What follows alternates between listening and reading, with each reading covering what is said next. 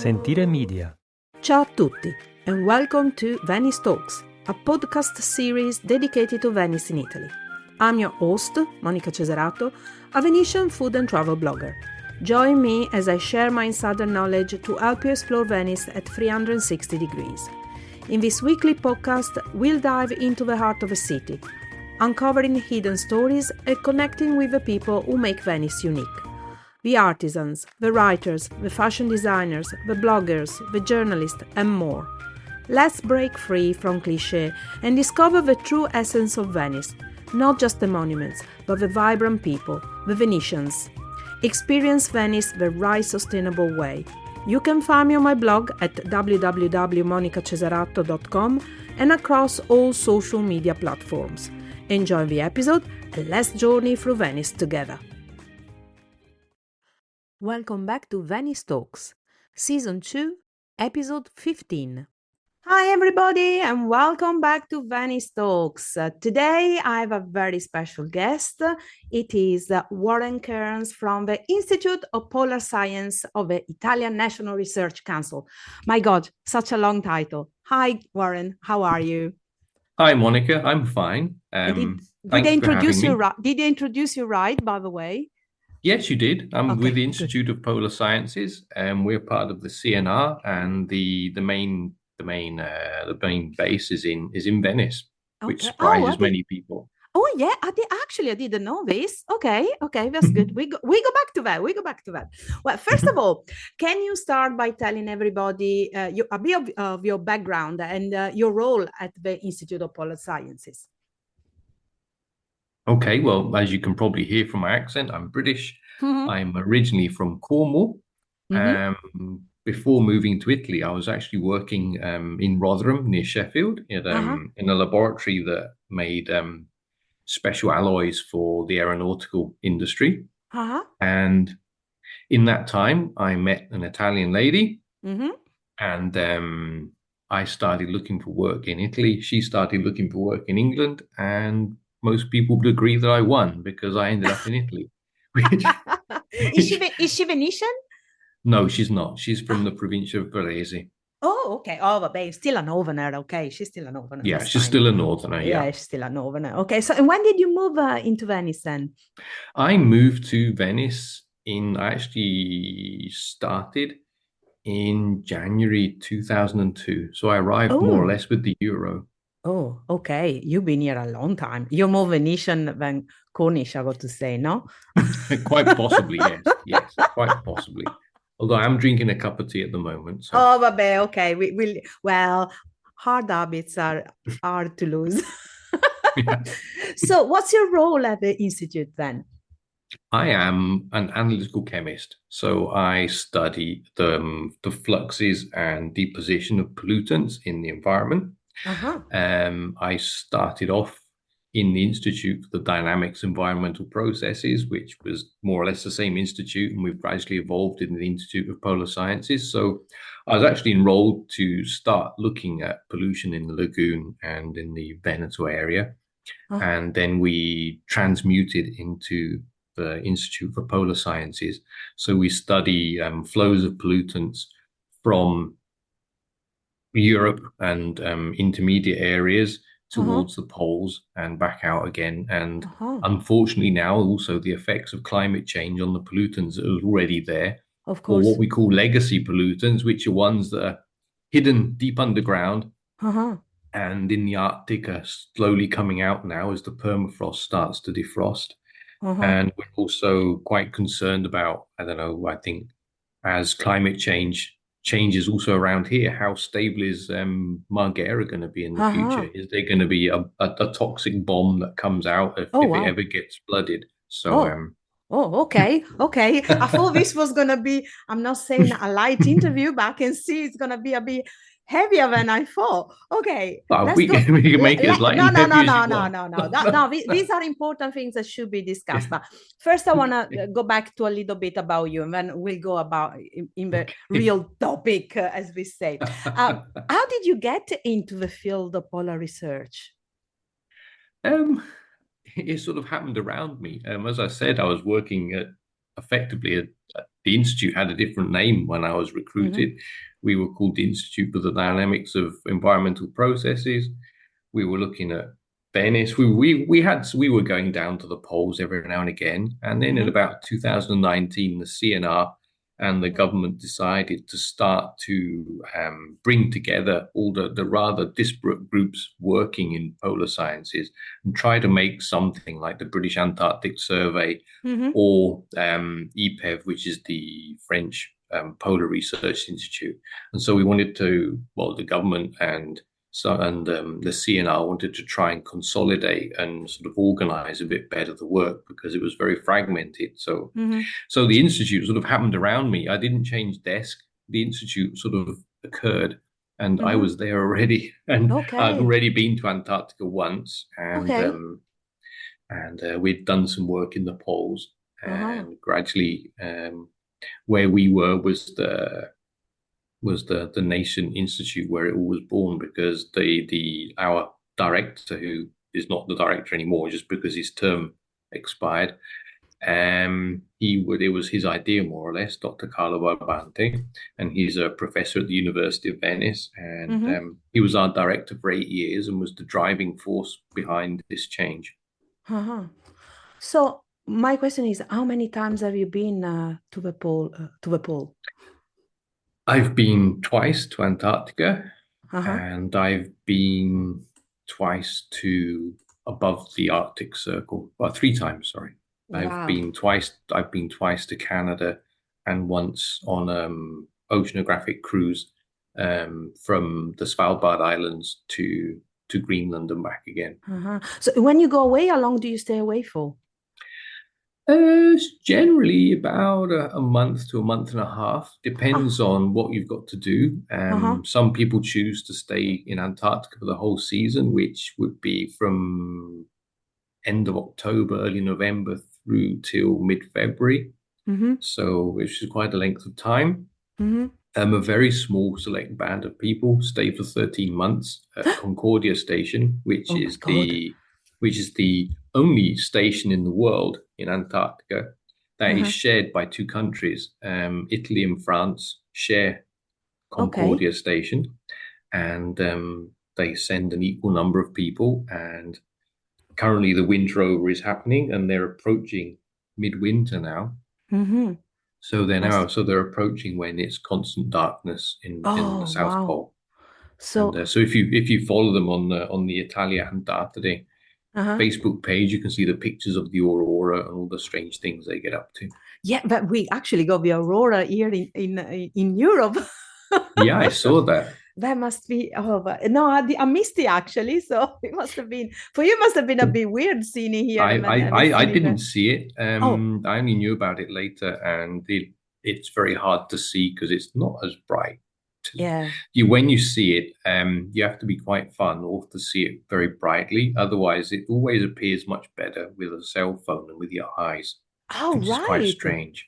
Is it the particles, maybe the light effect? I think the cell phones, because you can set them to nighttime mode. And, of course. I've seen it 2 or 3 times. One time it was very faint, and I only saw it because we were effectively in the pitch black of the north of Canada.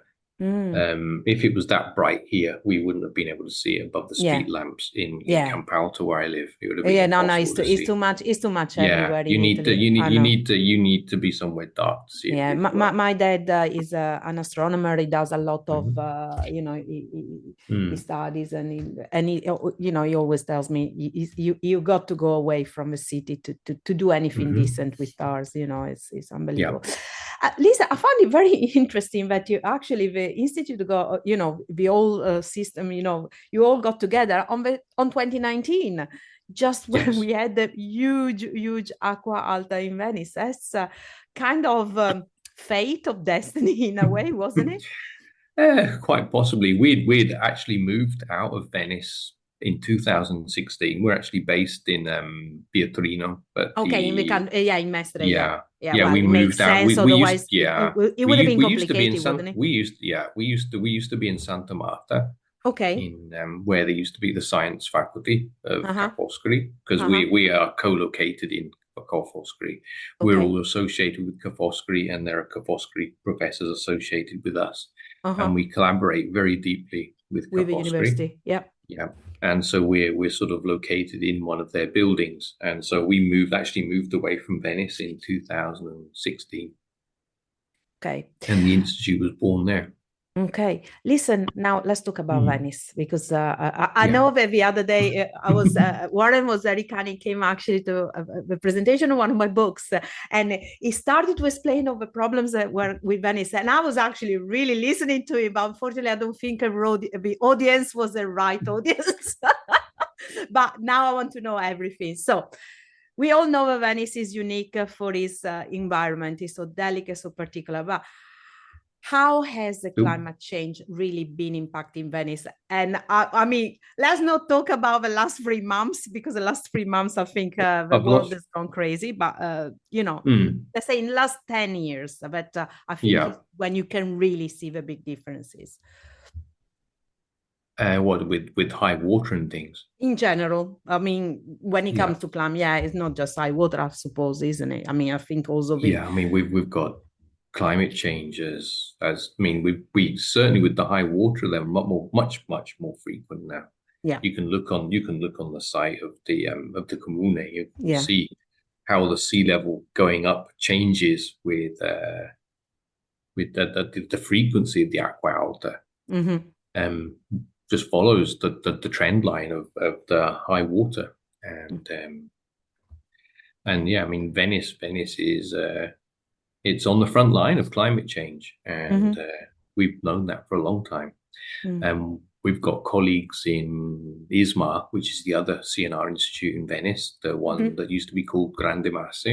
They've actually looked at recent photos of Venice and compared them to the pictures of Canaletto. And you can see the green line of the algae where they used to be in the buildings in the 17th century and where they are now. And they calculated that since Canaletto painted Venice, Venice has lost 70 centimeters to the sea. That's huge. Yeah. That is massive. That's why all the stairs look like they were, of course, designed by idiots. Because why would they go into water? Yeah, of course. But I didn't realize it's that much. That is a lot. I think the estimate is something like 30 centimeters was climate change and 50 was because of the extracted water from under Marghera. That had an impact as well. I didn't realize that. It had a very big impact. They had to stop because it was sinking. That was where the idea of Venice is subsiding came from. Okay. That they were sucking groundwater out from underneath Venice, and the weight of Venice was causing the pores to collapse, and obviously you can't re-inflate them. Yeah, of course.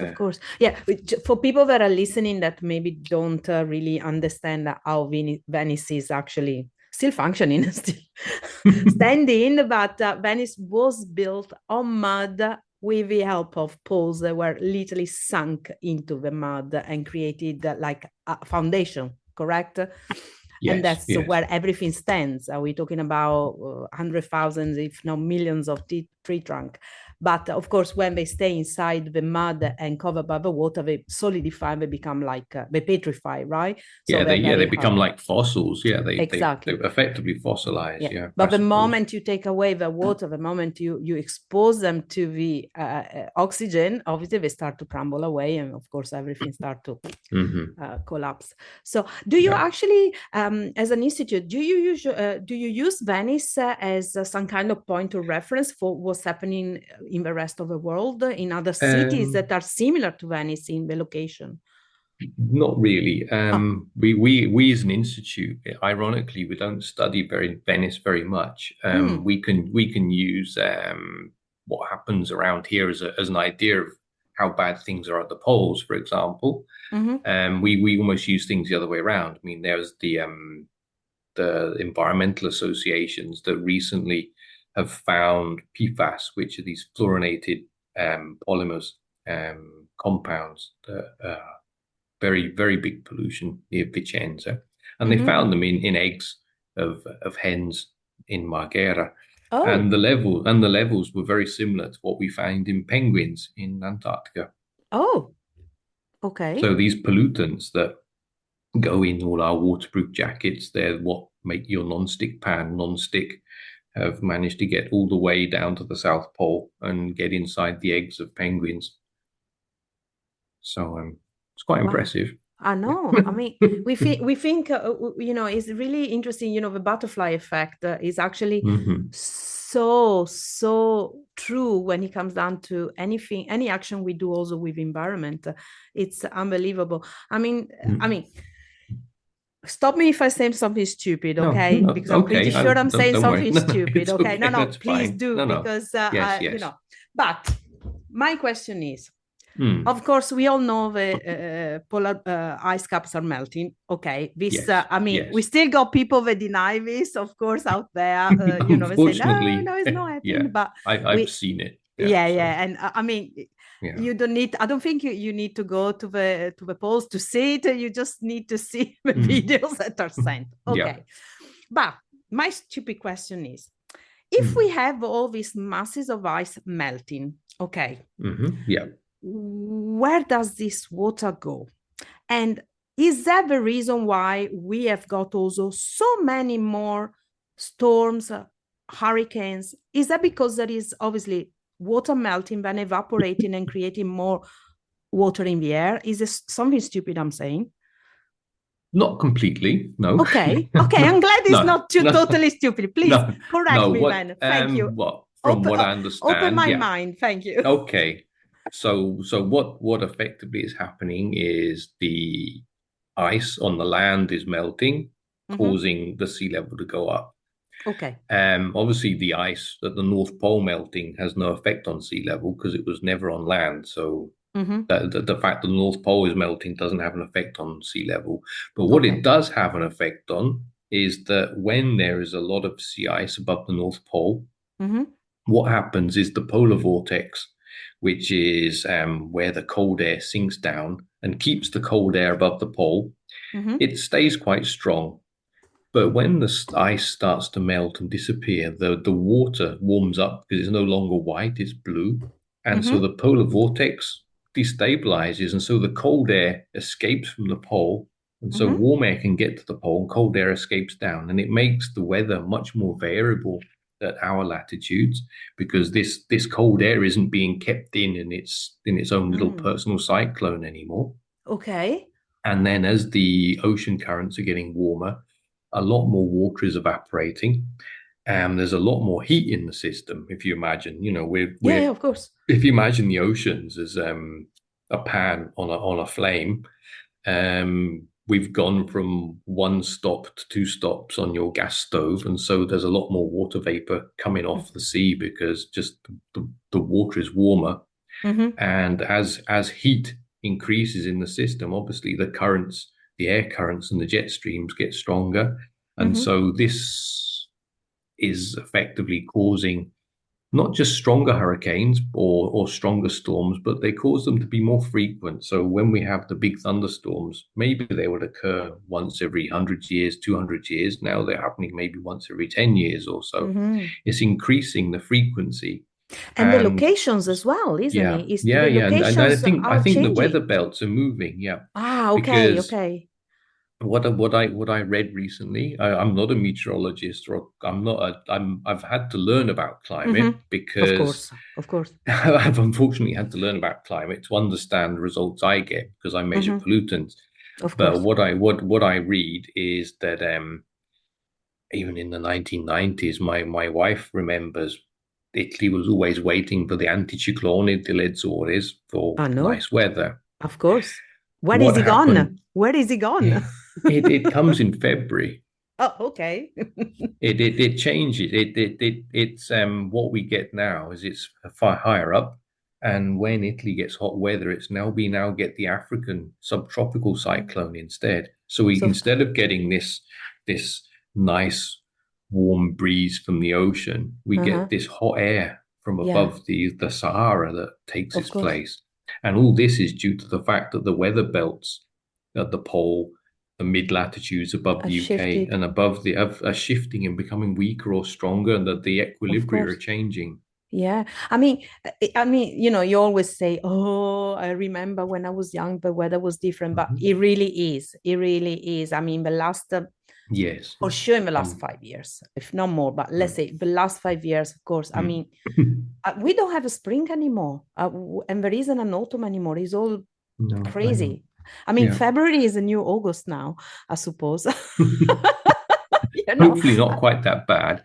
And well, also, I mean, we've had a lot of don't forget, we've had a lot of rain in the north, so we think, oh, everything's fine this year. We're not going to die of thirst. But the well, no, it's south too is much still in the rain. grip. The Yeah, south is still in the grip of a terrible drought. okay, And but what's happening but is in the that north, too yeah, much rain means hmm all your I live just by a field, okay, hmm and the crops are totally gone. They cannot grow anything because hmm if it rains all the time, you cannot grow anything.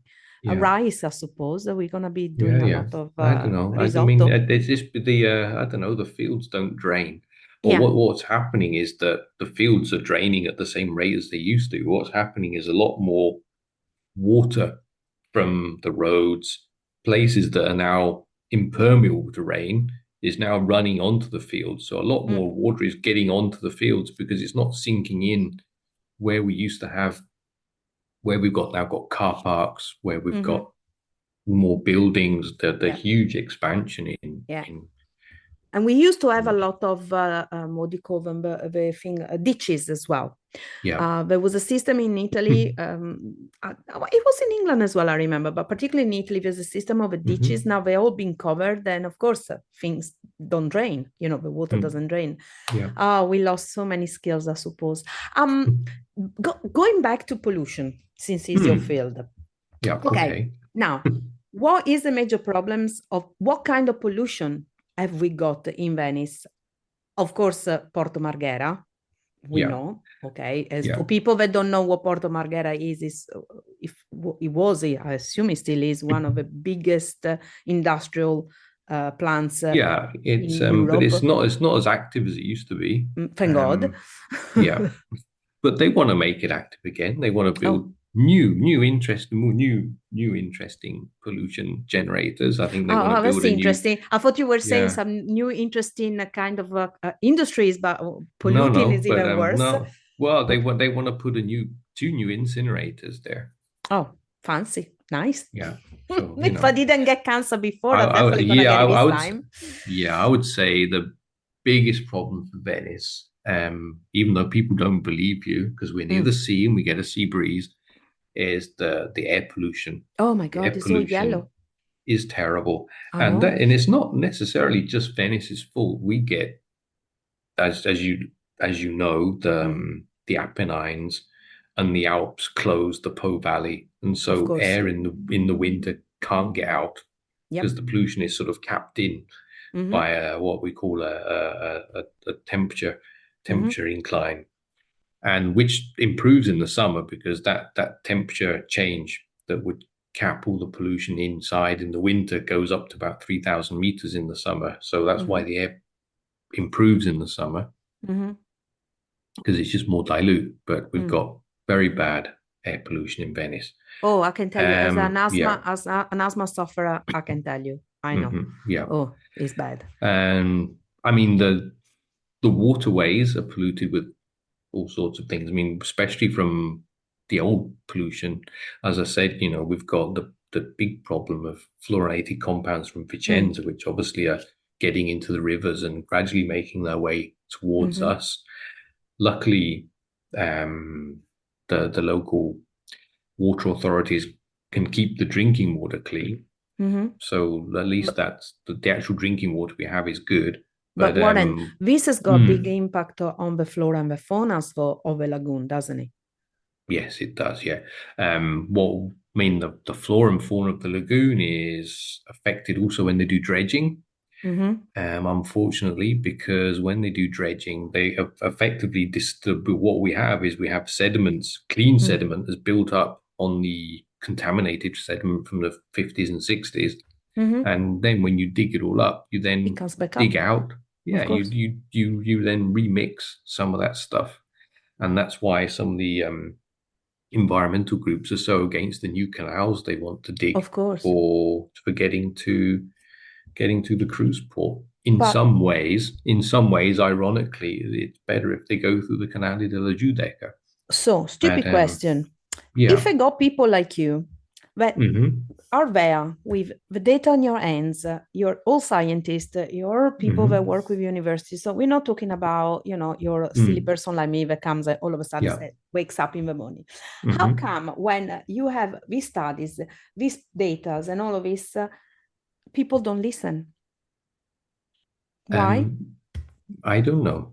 Okay. But we saw the same thing happening during COVID, and I think the problem Yeah. is that, I mean, this is my personal opinion now, is that when TV programs or when there's debates, they create a false balance because you get, as we see, a no-vax person and Mm-hmm. Professor Crisante, and Mm-hmm. they give them the same weight. And so Mm. people think it's, 50-50. They don't see Mm.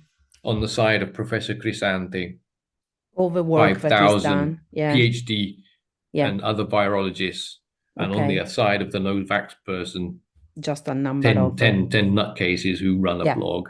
Okay. Nothing against bloggers. No. Go, yeah. No, don't worry. Don't. No offense taken. I think science has taken a very big hit to its Yes. credibility with Yes. the pollution problems we've had Mm. in Europe. Mm-hmm. Industrial accidents like Seveso, Mm-hmm. the big release of dioxins, one of the Yeah. first big industrial accidents in the world, unfortunately happened in Italy, Yeah. and The very little people talk about it, yeah, and we're still yeah, suffering the effects, but yeah, nobody yeah, talks about it. and unfortunately, all that eroded people's trust in science, which, Of course. to an extent, is right because we're not the gods of truth.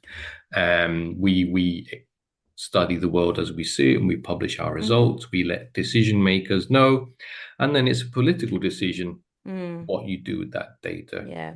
And sometimes And politics is not driven by, we know, common sense, yeah, but by and yeah, I other mean, things. Venice is a port, Yeah. and it's been a port for hundreds of thousands of years. And I think maybe my daughter's generation and the one next is going to have to decide if Venice can still be a port, because my personal opinion is that at some point we're going to have to decide whether to save Venice or save the lagoon, because Mose is going to become obsolete. That's the one thing I wanted to talk to you about is your thoughts on the Mose. I mean, I have my own personal thoughts and I try not to share it too much. But Right, you, yeah. as a scientist, what's your opinion? My first opinion is Mose was thought of more or less at the same time as the Thames Barrier in the 1960s, after huge storms caused high water in London and high water in the Netherlands and high And water Venice, of in course, and Venice. Florence. Yeah. London installed the Thames Barrier in the 1980s, while Mose was designed at the same time and was installed last year. And so Mose is already out of date. 40, And 50 London, years and nearly. yeah, and London is already planning its replacement. Okay. But Mose is our new sea level defense, and it's already designed for a sea level rise that wasn't projected. I was reading that in 50 years, it will, or maybe less, 30 years or something, it will be out of useless. It was totally. Quite possibly. I mean, what we're looking at is, I think at a certain point, we're going to have to say, why should Venice get another flood defense? It's got Mose. Why should we spend all that money on Venice when we've got Ravenna, Rimini, Ancona to save too? Of course, all the other cities, yeah. I mean, already we've got Mose is one of the most expensive flood defenses in Europe. And well, it got expensive for other reasons. Well, yeah, we and know you it just got have to, expensive for yeah, other reasons, as is God knows how much and of the money you just have to didn't go go. to Jesolo, and Yeah. when there's high water now, the Oh beach yeah, is it's 3 terrible. roads away, Oh and no, it's terrible. you get a high level wind. I think in the last big high water when Mose saved Venice, there was aqua alta effectively in Marina di Ravenna. Of course, of course, of course, And of so, course. how long is it? I mean, maybe Mose is going to be high enough, but is the water going to come round the back? Yeah, yeah. And the damages it is doing every time they raise it to the lagoon, because that's something that very rarely people talk about it, is the damages, of course, that to the, to the flora, to the fauna. I don't know if it does damage when they raise it. Well, I think, the idea was speaking to somebody once was explaining to me, and I'm not sure if it was explaining right, but it was explained to me because, of course, when you stop the water, coming in, going out, so you stop the flux of water, you are, in a way, causing problem also with all the flora at the bottom of the sea. At the bottom of the at the bottom of the lagoon. Yeah, of the lagoon. But I don't know, because Venice is not a natural environment.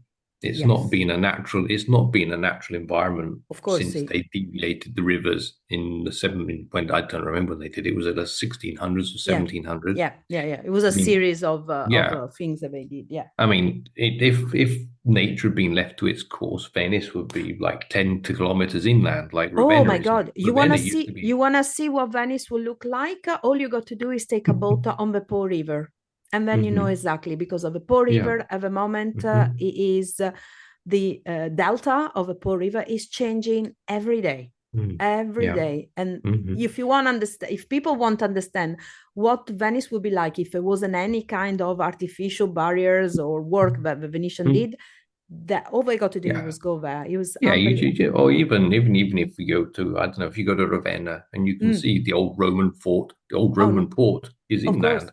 It's about 6 kilometers from the sea. Yeah, of course. And so Venice is not a natural environment. So I think the plants and life that is left, because I don't think it's got anywhere near the biodiversity it once had, is probably adapted to the change, to what it has. And it was a political decision to make Mose more expensive than it needed to be, because they wanted to make it invisible when it wasn't being used, unlike the Dutch barriers and unlike the Thames barriers.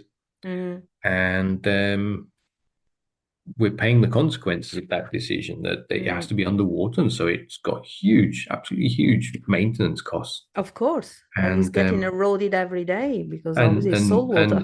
And my opinion again is that at some point we're either going to want to save Venice as a city with a lagoon around it and just close the lagoon completely and let it adapt to be a freshwater environment, and then that will completely change the ecology of the lagoon. Or we're going to have to let the lagoon flood and Venice flood with it. Yeah, I know. So I think Italy is really going to have to think about that, because the world, we're not doing enough to reduce climate change. I think we're going to be hitting about a 3-degree world within the next 200, 300 years. And so we have to start adapting to that reality.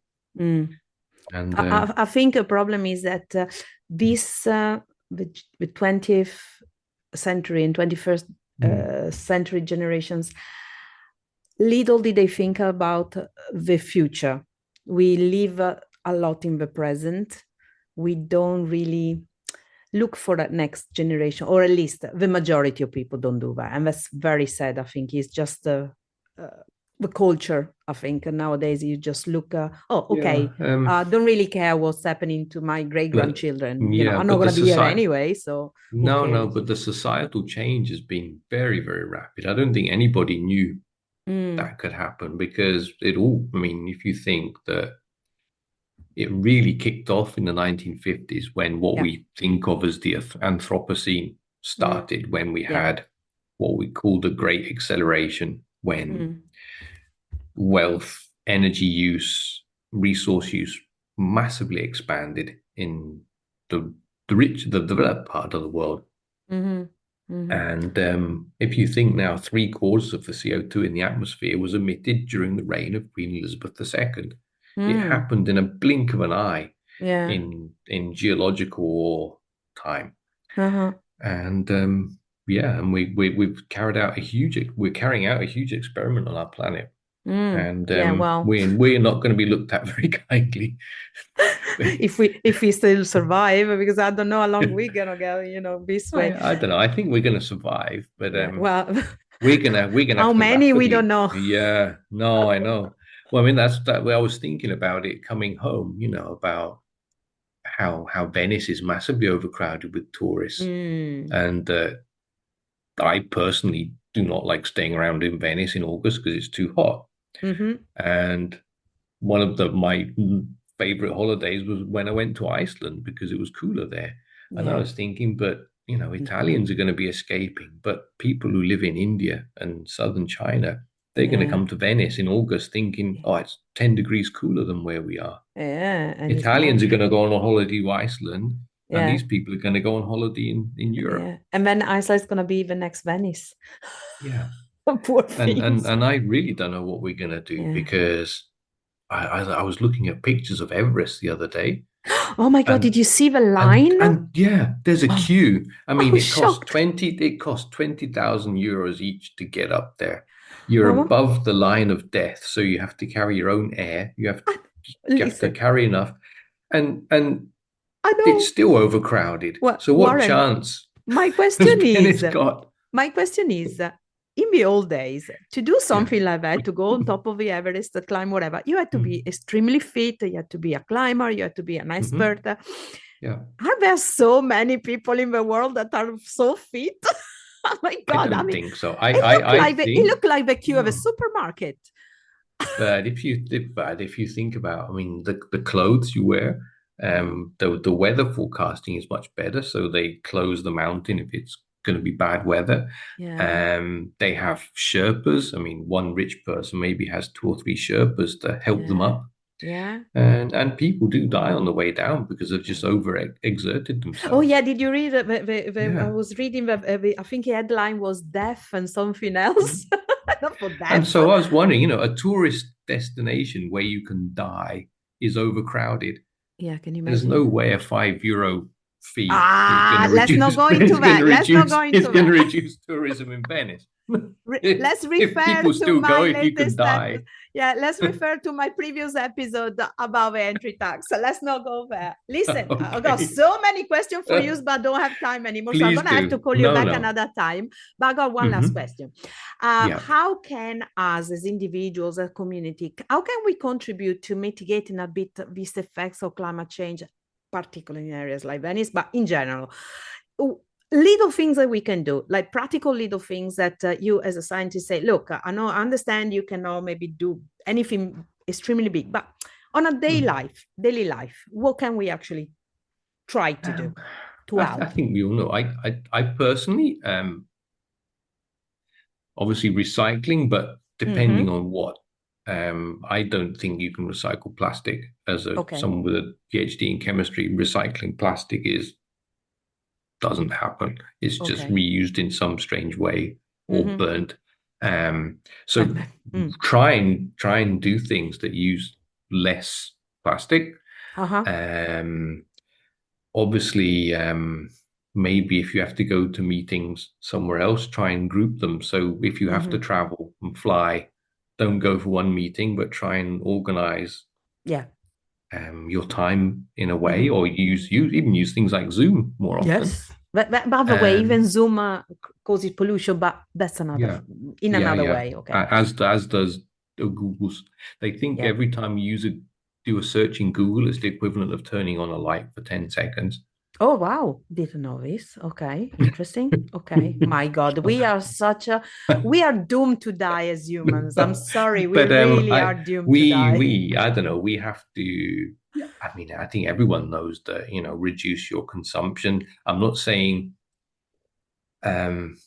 buy clothes that are going to last. Don't buy cheap crap off, if I can say things like, if I can Of say, course you can. Yeah, okay. Don't buy cheap rubbish off Chinese websites that falls apart and needs 3 weeks and 4 different transport modes to get Well, here. they don't need to go to a website. All they got to walk is into a shop in Venice and they find the Chinese horrible stuff. Yeah, of course. So that's easy. But if you're going to spend your money, you work hard for it. Spend it on something that's going to last. Don't spend it on something that's going to disintegrate, because it just becomes rubbish and it just goes into landfill or into incinerators we don't want. Yeah. And so those are small things you can do.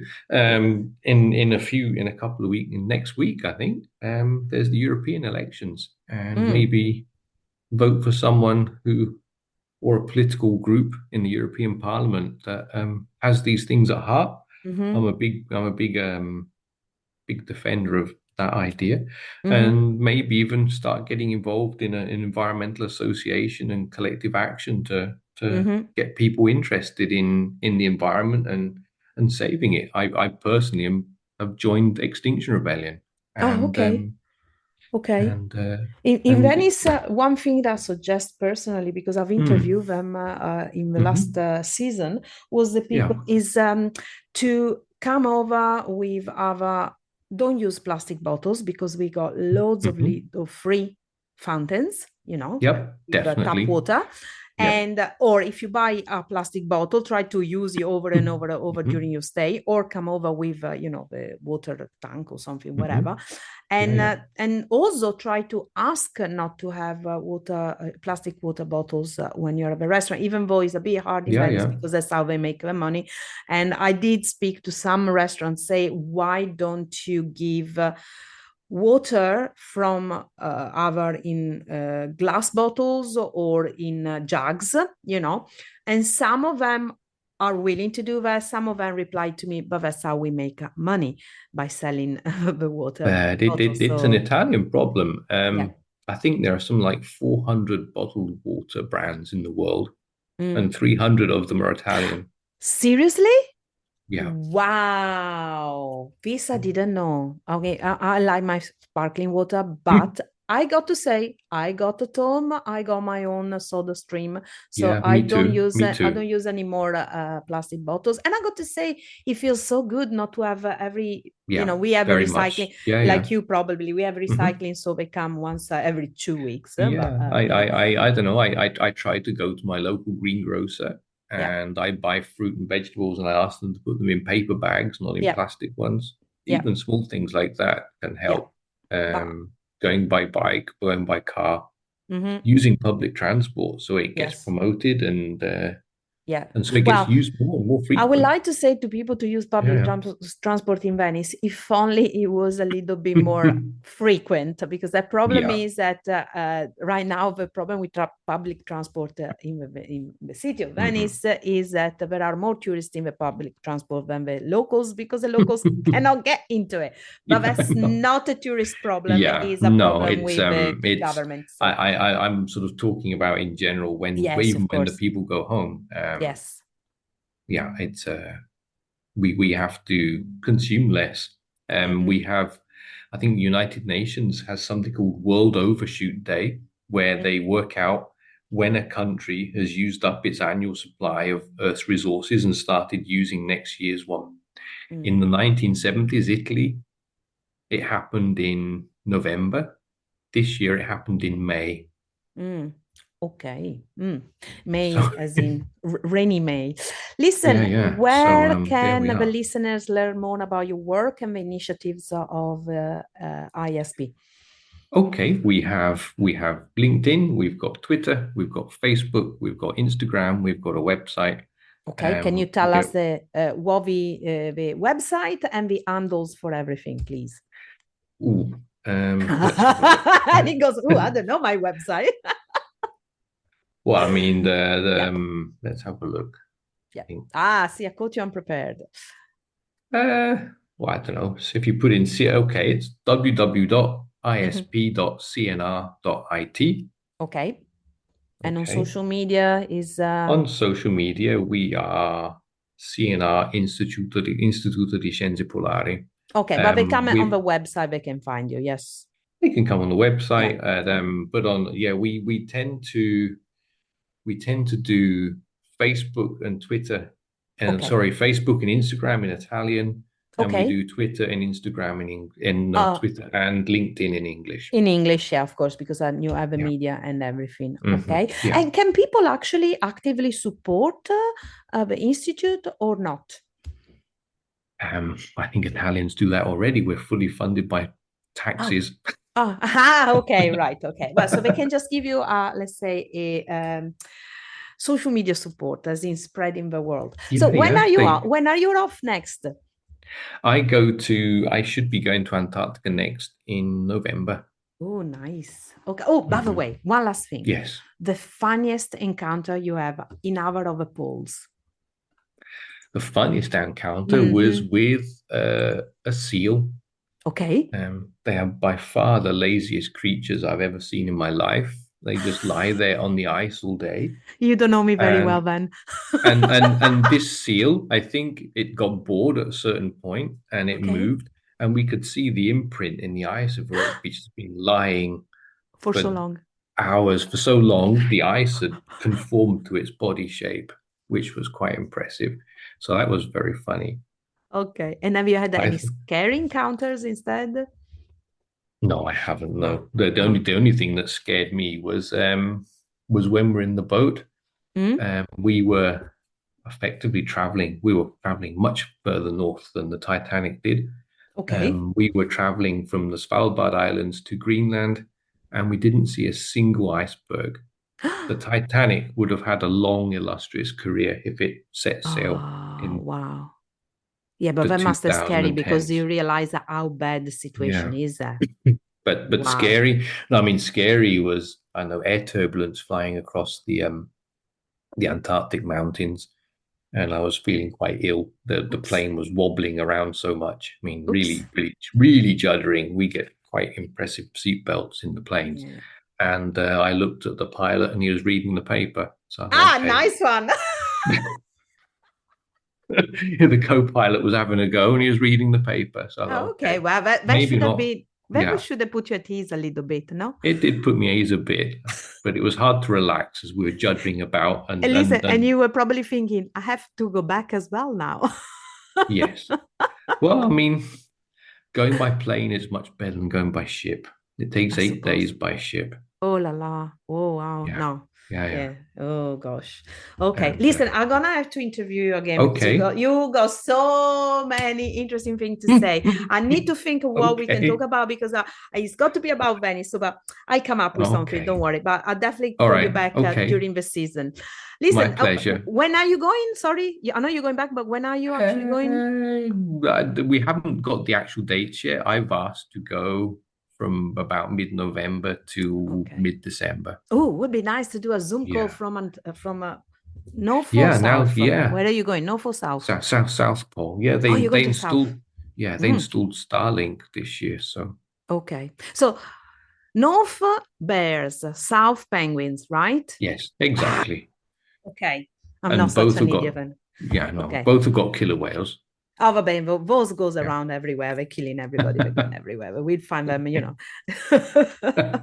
Right, listen, Warren, it was so nice talking to you. Thank you so much. My pleasure. And I can't wait to speak to you another time. Thank you again. My pleasure. Okay, ciao. Bye-bye, Monica. Ciao. Thank you again, Warren, for the lovely chat. You can find Warren at isp.cnr.it and on all social media as CNRISP. Thank you again for listening. Venice Talks podcast is a production of Sentire Media, created, produced and hosted by me, Monica Cesarato. Follow Venice Talks wherever you get your podcast, and if you want to book a food tour or a cooking experience with me, you can find me over at www.monicacesarato.com and on all social medias with the handle at Monica Cesarato, where you can follow my adventures around Venice. And don't forget, if you love this episode, please rate it and leave a review. It's very much appreciated.